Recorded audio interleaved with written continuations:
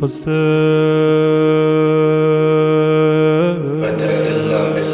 العلي العظيم. أعوذ بالله من الشيطان الرجيم. بسم الله الرحمن الرحيم.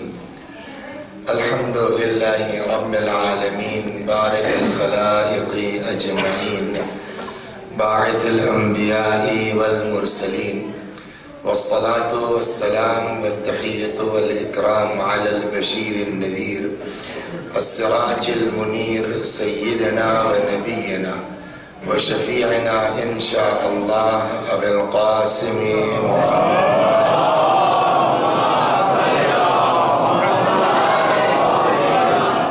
اللهم صل عليه وعلى أهل بيته مظاهر جمالك وجلالك واللعن على أعدائهم الشاكين فيهم المنحرفين عنهم أجمعين. أما بعد فقد قال مولانا علي بن الحسين زين العابدين عليهم السلام: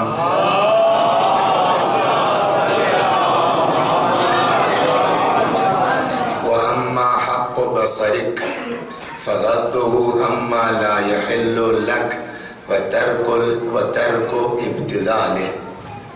گفتگو ہماری چل رہی ہے امام چہارم سلام اللہ علیہ کے رسالے حقوق کے سلسلے میں، اور اللہ کا شکر ہے اب تک گفتگو ہو چکی 4 حقوں کے سلسلے میں. اللہ کا حق کیا ہے، نفس کا حق کیا ہے، زبان کا حق کیا ہے، کان کا حق کیا ہے. 4 بیان ہوا ان 2 سالوں میں. دوسرے سال یہ چل رہی ہے. 5ویں حق پر آئے. امام فرماتے وَعَمَّا حَقُّ بَصَرِكَ، تمہارے اوپر تمہاری آنکھوں کا حق یہ ہے کہ فَغَضُّهُ عَمَّا لَا يَحِلُّ لَكَ، کہ تم اپنی آنکھ کو بند رکھو ان چیزوں سے جو تمہارے لیے اللہ نے حلال قرار نہیں دیے. تقریباً اسی مفہوم کا فقرہ امام کا بھی ہے، مولا کا صفات متقین. وہ ساتھ ساتھ چل رہا ہے، اس کو یاد دلاتے رہتے ہیں کہ امام نے کیا فرمایا. صفات متقین میں بھی امیر المؤمنین نے تقریباً مفہوم یہی ہے، فقرے کے ذرا سے فرق کے ساتھ، کہ متقیوں کی صفت یہ کہ غضوا ابصارہم عما حرم اللہ علیہم. متقی کی پہچان یہ ہے کہ یہ اپنی آنکھوں کو بند رکھتے ہیں ان چیزوں سے جو ان کے لیے حلال قرار نہیں دی گئی ہے. یہاں امام نے یہ فرمایا کہ تمہارے اوپر تمہاری آنکھ کا حق یہ ہے کہ اپنی آنکھ کو بند رکھو ان چیزوں سے جن کو دیکھنا تمہارے لیے حلال قرار نہیں دیا گیا. قرآن مجید نے بھی صاف لفظوں میں اس بات کا حکم دیا ہے. سورہ مبارکہ نور آیت نمبر 30 اور 31 اگر آپ تلاوت فرمائے جا کر کے تو ارشاد ہوتا ہے قل للمؤمنین، اے میرے پیغمبر آپ فرما دیجئے مومنین سے کیا کہ یغضوا من ابصارہم، کہ اپنی آنکھوں کو بند رکھیں، وَيَحْفَظُوا فُرُوجَهُمْ، اپنی شرمگاہوں کی حفاظت کریں، ذَلِكُمْ أَزْكَىٰ لَهُمْ، یہ چیز ان کے لیے پاکیزگی کا سبب ہے، تزکیہ کا سبب ہے. آپ دیکھیے دونوں چیزوں کو ایک ساتھ قرآن بلا وجہ نہیں لاتا. دیکھیے ایک خاص چیز ہے، مثلا قرآن میں ایک جگہ ہے، اس سے پہلے عرض کیا 3-4 سال پہلے حدیث تفصیل سے نقل کی گئی ہے کہ اللہ نے 3 چیزوں کے ساتھ جوڑ کے رکھا ہے. اس طرح کہ پہلی چیز اگر غلط ہوئی تو دوسری خود بخود گڑبڑ ہو جائے گی. جیسے مثلا فرمایا کہ ہمارا بالصلاۃ والزکوٰۃ، نماز اور زکوٰۃ کا حکم خدا نے ایک ساتھ دیا ہے. قرآن میں آپ جہاں ملاحظہ فرمائیے یہ بلا وجہ نہیں ہے. ایک ساتھ کسی چیز کا ذکر کرنا بلا وجہ نہیں ہے. آپ قرآن میں جہاں پڑھیے گا اقیموا الصلاۃ، سب کو یاد ہے الحمدللہ، وآتوا الزکوٰۃ.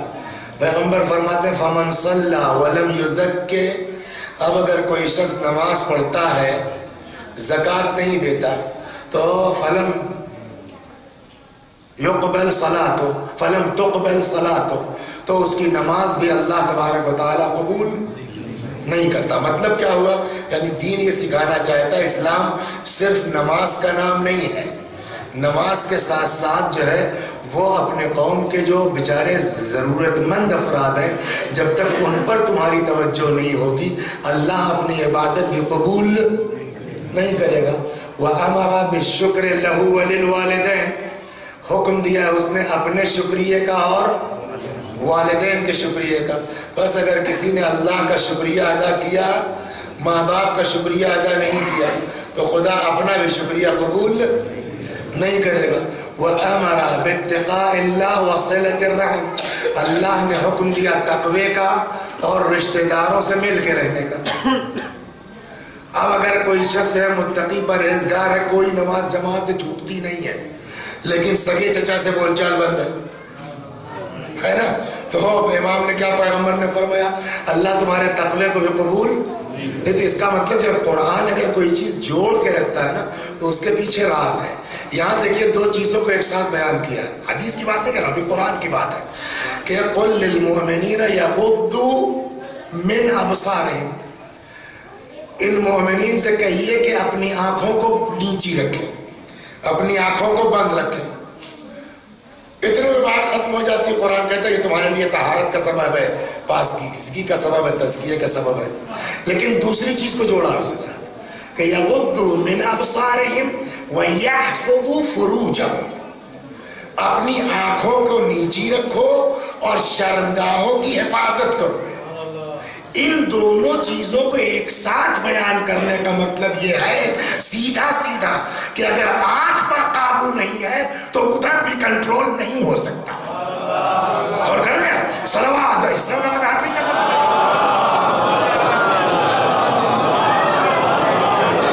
کیوں؟ اس کے لیے قرآن نے کہا ذالک ازکیٰ لہم، یہ تمہارے لیے پاکیزگی کا سبب ہے۔ ان اللہ خبیر بما یصنعون، اللہ خوب جانتا ہے جو تم لوگ کرتے ہو، ایسا نہیں ہے کہ تمہاری حرکتوں سے خدا ناواقف ہے۔ ان اللہ خبیر، خوب بڑھیا جانتا ہے، بما یصنعون، تم لوگ جو کرتے ہو۔ یہ مردوں کو حکم ہے، عورتوں کی بات نہیں ہے، یہ کیا ہے؟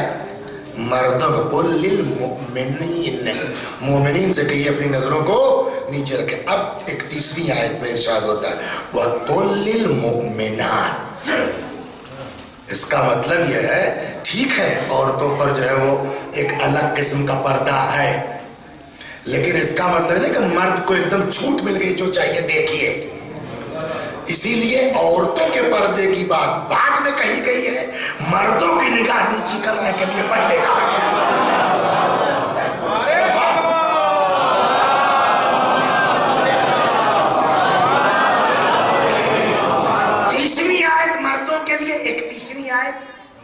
عورتوں کے لیے وَقُلْ لِلْمُؤْمِنَاتِ يَغْضُضْنَ مِنْ أَبْصَارِهِنَّ، اور ان عورتوں سے بھی کہیے کہ اپنی نگاہیں، پردہ جو کرنا ہی ہے لیکن نگاہ بھی اپنی نیچی رکھیں۔ وَيَحْفَظْنَ فُرُوجَهُنَّ، ان کو وہی حکم ہے جو مردوں کو حکم ہے کہ حفاظت کرو۔ وَلَا يَبْدِينَ زِينَتَهُنَّ، بن ٹھن کر کے مت نکلو، اپنی زینت کو ظاہر مت کرو۔ تو یہ قرآن کا حکم ہوا۔ امام فرماتے ہیں تمہارے اوپر تمہاری آنکھ کا حق یہ ہے کہ اس کو اپنے کنٹرول میں رکھو، اس کو اپنے قابو میں رکھو۔ ایک چیز امام نے یہاں اور فرمائی، کل کان کے لیے کیا کہا تھا امام نے؟ فَإِنَّهُ بَابٌ إِلَى الْقَلْبِ، یہ گھسنے کا راستہ ہے۔ بھائی باب دروازہ کس کو کہتے ہیں؟ شہر کا انا مدینۃ العلم وعلی باب ہوا، تو علی باب علم میں کیا مطلب کہ اگر علم کے شہر میں جانا چاہتے ہو تو اسی دروازے سے جانا پڑے گا نا۔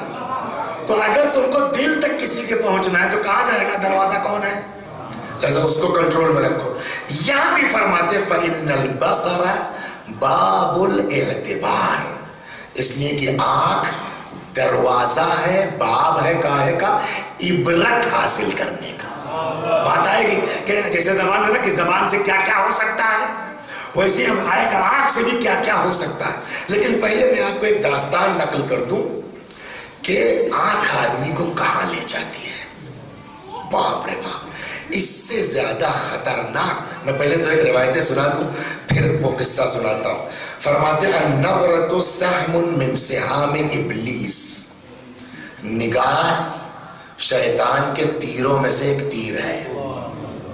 یہ مت سمجھیے جو ہے وہ کہ یہ آنکھ میری میں دیکھ رہا ہوں. کبھی کبھی اس میں شیطان اپنا تیر فٹ کر دیتا ہے, سمجھ گئے آپ؟ تو النظرۃ سہم من سہام ابلیس, نگاہ شیطان کے آنکھوں میں سے, استغفر اللہ, شیطان کے تیروں میں سے ایک تیر ہے. فرماتے ہیں لیس فی الحواس, مولا امیر المؤمنین سلام اللہ علیہ کا یہ فقرات ہے. اور اس کو نقل کیا ہے ابن ابی الحدید معتزلی نے. ابن ابی الحدید معتزلی علماء اہل سنت کے بزرگ علماء میں ہیں, مگر اس آدمی کو عقیدت ہے امیر المؤمنین سے, سمجھ گیا؟ اتنی ہی عقیدت ہے ان کو حضرت علی سے کہ علی کو چوتھا خلیفہ مانتے ہیں, مگر سب سے افضل بھی کہتے ہیں, جو ان کی 20 جلدوں میں ہے. مگر کبھی کبھی ہوتا ہے کہ آدمی کہ کھوپڑی کام نہیں کرتی, بزرگ آدمی ہیں, بہت پڑھے لکھے ہیں, نہج البلاغہ کی شرح کرنا آسان کام نہیں ہے. علی کو افضل بھی مانتے ہیں اور چوتھی جگہ بھی مانتے ہیں. ان سے کچھ ایسا کیوں کیا آپ نے؟ اب سنیے مقدمہ ان کا. شرح نہج البلاغہ پہلی جلد شروع کا بالکل, بسم اللہ الخطبہ. فرماتے ہیں الحمد, یہ درمیانی بات آگے سن, الحمد للہ الذی قدم المفضول علی الفاضل لمصلحت رعاہ. تعریف اس اللہ کی, مرجع صاحب بہت غور سے سنیے اس فکرے کو ڈاکٹر.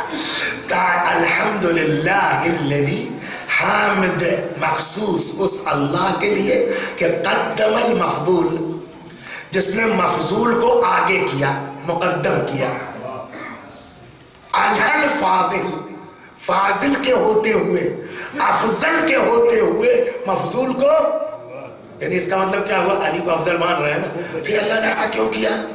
کل مصلحت رعاہ, اب یہ اللہ کی مصلحت ہے, اللہ سمجھتا ہے. انتخاب پبلک کرے, جب ہو جائے تو مصلحت خدا کی. صلوات یہ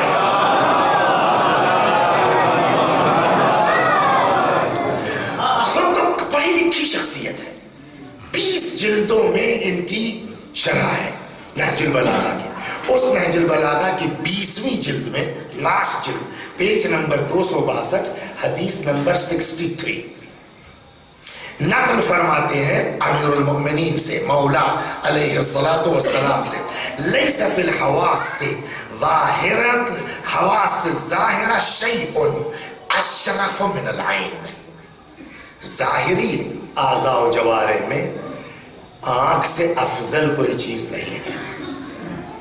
دیکھیے اگر آنکھ ہی نہیں ہے, اب کربلا جا کے کیا کیجیے گا؟ زیارت پڑی جب کہیں مگر مولا کے ذریعے نہیں دیکھ پائے, تو مین زیارت کا شرف کس کے ذریعے ہے نا؟ آنکھ کے ذریعے ہے. کعبے کی زیارت کا شرف کس کے ذریعے ہے؟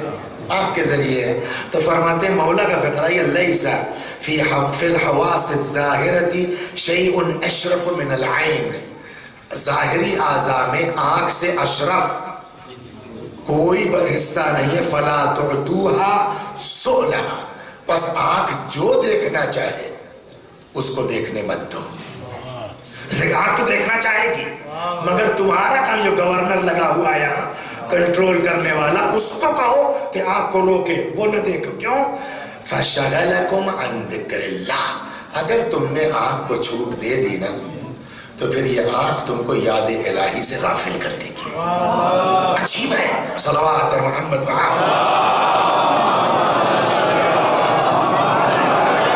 خود یہ آنکھ ہے ابلیس کے, میں اس حدیث پر زیادہ رک رہا ہوں, ابلیس کے تیروں میں سے ایک تیر ہے. واٹس یور نیم باس؟ مصطفیٰ بھائی, کبھی ایسا ہوا کہ بہت پریشانی ہے, بڑے گڑ گڑا کریں یا اللہ, دعا کرتے ہیں نا, کوئی ضروری ہے کہ دعا قبول ہو جائے؟ اکثر ہوتا ہے نا, 10 بار جو ہے تکرار کیا, نہیں ہو رہی دعا قبول, جو کہ پورے چلے گئے نہیں ہو رہی ہے, آگرہ چلے گئے نہیں ہو رہی ہے نا.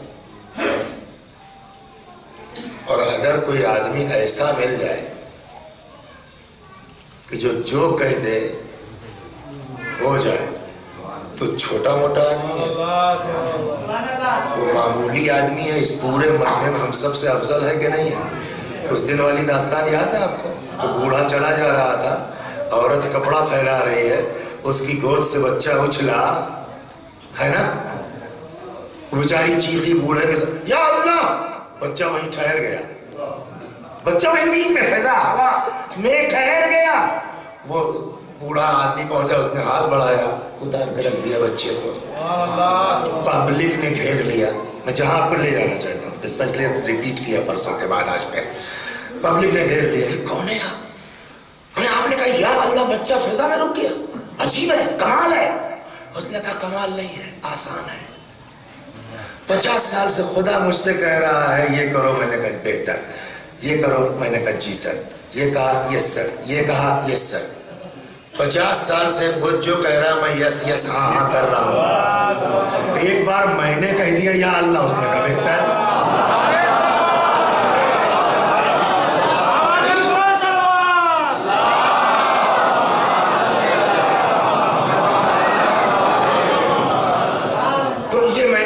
قصہ ریپیٹ کیوں کیا جبکہ پرسوں پڑھ چکا تھا؟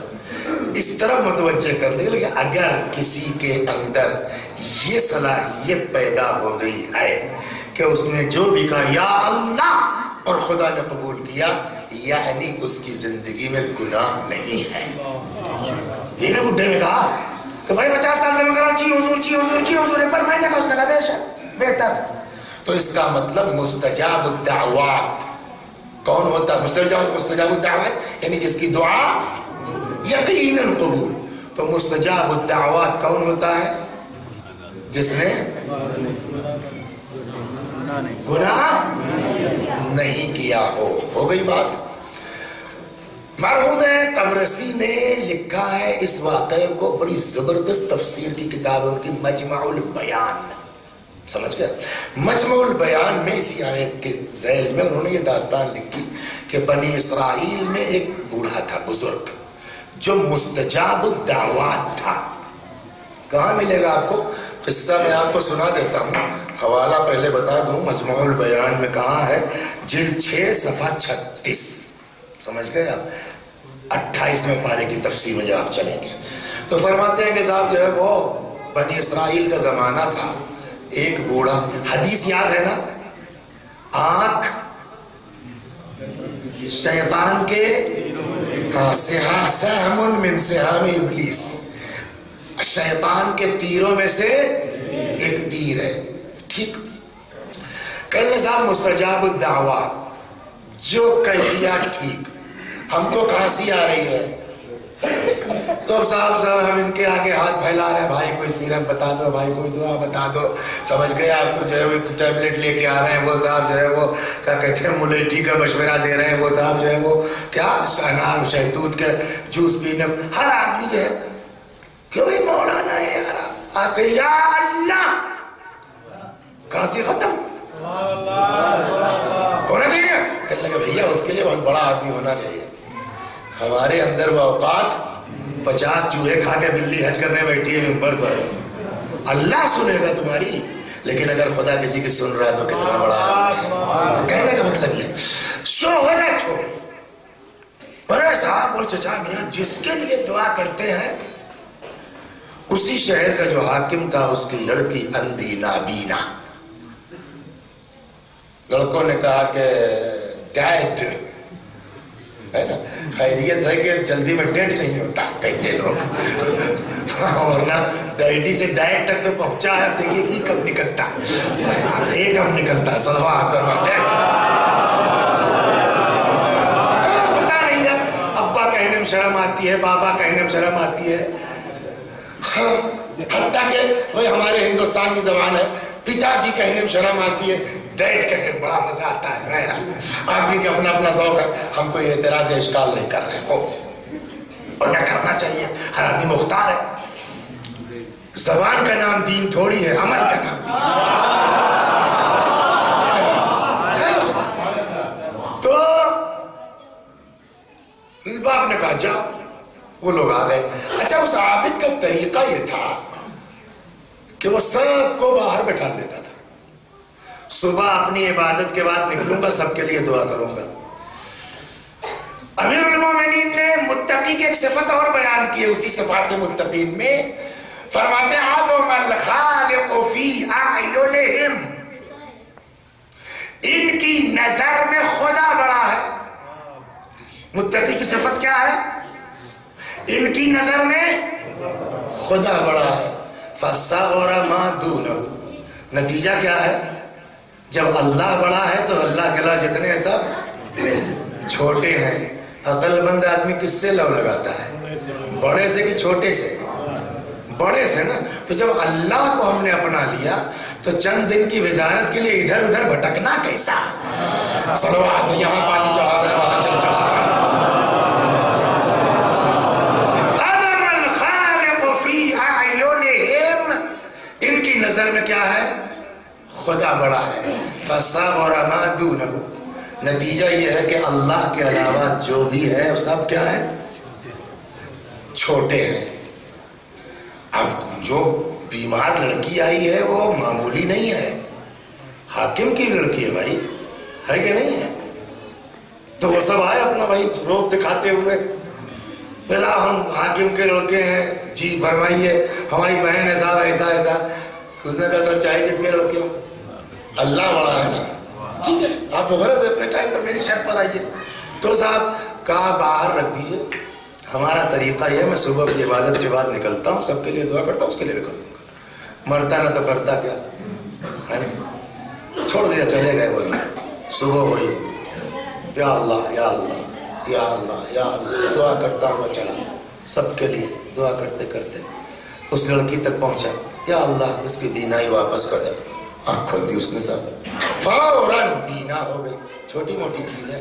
اچھا لوگ ٹھیک ہوتے گئے جاتے گئے، لوگ ٹھیک ہوتے گئے جاتے گئے۔ اب یہ بیچاری تو مادرزاد اندھی، پیدائشی اندھی، اس کو تو گھر کا پتہ ہی نہیں، راستہ ہی نہیں معلوم۔ اب وہ ٹھیک تو ہو گئی مگر بیٹھی رہ گئی کہ بھائی جان آ جائیں تو ساتھ میں لے جائیں۔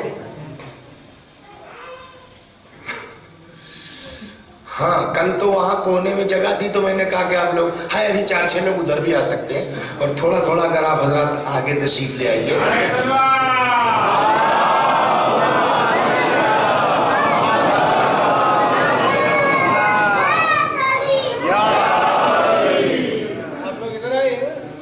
ہاں جی ادھر بھی جگہ ہے، ابھی تھوڑی بہت ہو جائے۔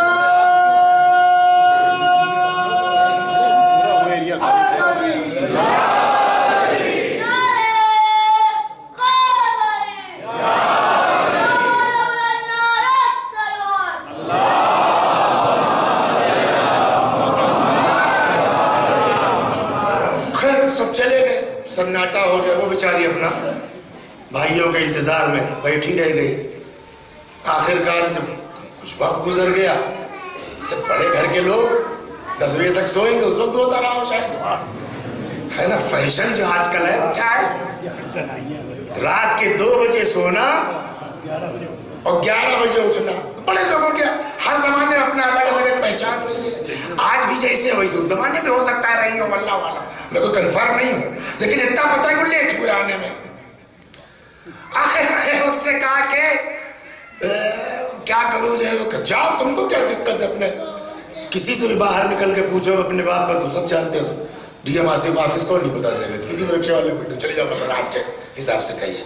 وہ چلی۔ اب پھر وہ حدیث دہرائیے ڈاکٹر صاحب، آنکھ شیطان کے تیروں میں سے، اب شیطان گھسا اپنا تیر لے کے، جو آنکھ اس کی واپس ہوئی تو حسن بھی نکلا۔ ان کے دماغ میں آیا کہ یہ سب تو میری وجہ سے ہے۔ شہوت ایک ایسی چیز ہے نا کہ عقل معروف ہو جاتی ہے، آپ غور فرما رہے ہیں، عقل پھر یہی وجہ ہے، نہیں ہے یہی وجہ ہے۔ چھٹے امام نے جب فرمایا کہ صاحب زنا کرنے والا کافر نہیں ہے، گناہگار ہے، کافر نہیں ہے، نماز نہ پڑھنے والا کافر ہے۔ تعجب ہوا لوگوں کے ساتھ، نماز نہ پڑھنے والا کافر، اور اتنا بڑا جرم کیا ہے زنا، وہ کافر نہیں ہے۔ امام نے وہی وجہ بتائی، کہ آدمی زنا کرتا ہے کب؟ جب شہوت غالب آ جاتی ہے، جب شہوت غالب آتی ہے تو عقل معروف ہو جاتی ہے نا، تو کچھ دیر کے لیے آدمی ہوش میں نہیں رہتا۔ اس میں ایک وجہ ہے، جو آدمی نماز نہیں پڑھتا وہ کیا پاگل ہو گیا ہے؟ وہ کیا کریک ہو گیا ہے؟ اس کی عقل معروف ہو گئی ہے، سوائے اسے کوئی جواب نہیں کو اللہ کو اس قابل سمجھتا ہی نہیں کہ اس کی بات مانی جائے۔ تو جس کی نظر میں خدا کی کوئی اوقات نہ ہو، مسلمان گھر میں پیدا ہونے سے تھوڑی مسلمان ہو جائے۔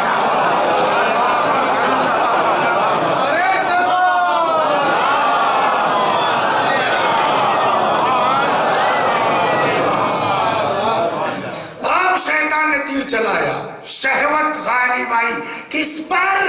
عام آدمی نہیں ہے، مستجاب الدعوات۔ اس لیے میں نے آپ کے ابھی مجلس میں کیا کہا، خبردار آدمی کو کبھی بھی اپنے عمل پر گھمنڈ نہیں کرنا چاہیے، کبھی بھی اپنے عمل پر غرور نہیں کرنا چاہیے۔ کب پیر پھسل جائے اور کب ساری زندگی کی عبادت برباد ہو جائے کچھ کہا نہیں جا سکتا۔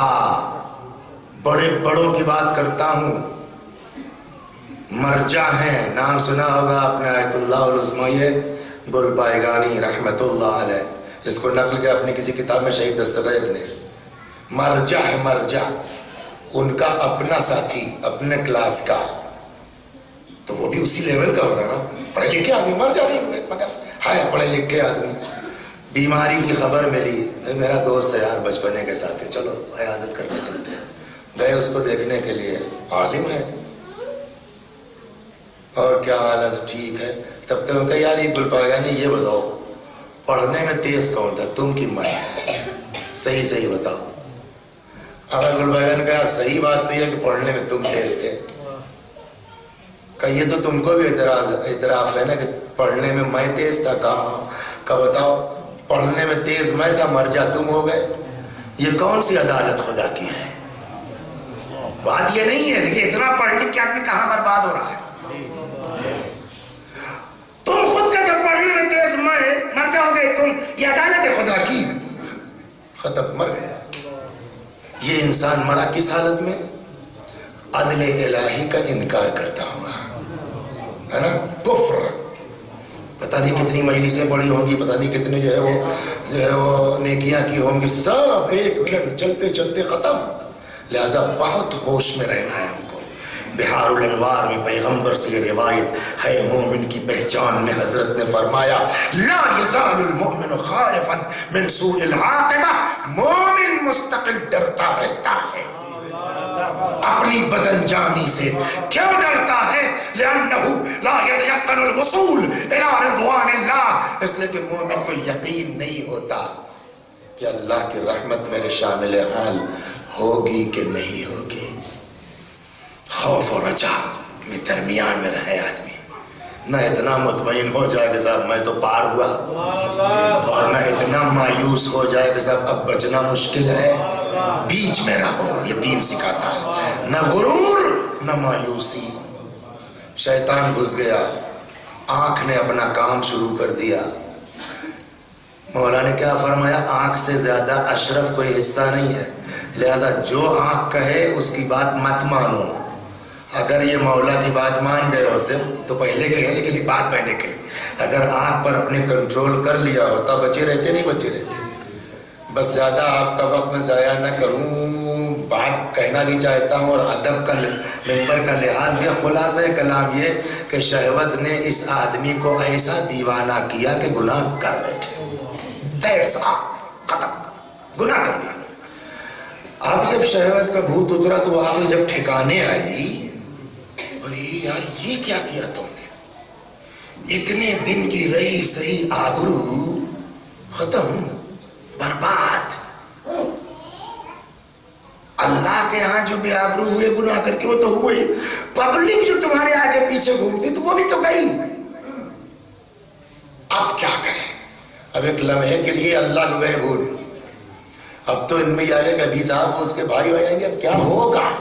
یہ کیا کیا ہم نے؟ شیطان نے پھر راستہ بتایا کہ اللہ کی یہ رہے گی تو بولے گی۔ اسی لیے ہے نا کہ ایک بار اگر آدمی پھنس گیا گناہ میں نا تو نکلنا مشکل ہو جاتا ہے۔ پھر شیطان نکلنے دیتا، یہ کر لو تو بچ جاؤ گے، یہ کر لو تو بچ جاؤ گے، یہ کر لو تو بچ جاؤ گے، پھنساتا چلا جاتا ہے، اور وہ کہتا بھیا نمستے خدا حافظ، نکل لیتا ہے چھوڑ کے ہم کو، پھر کسی کام نہیں آتا ہمارے۔ اب تو گئے بیٹا تم،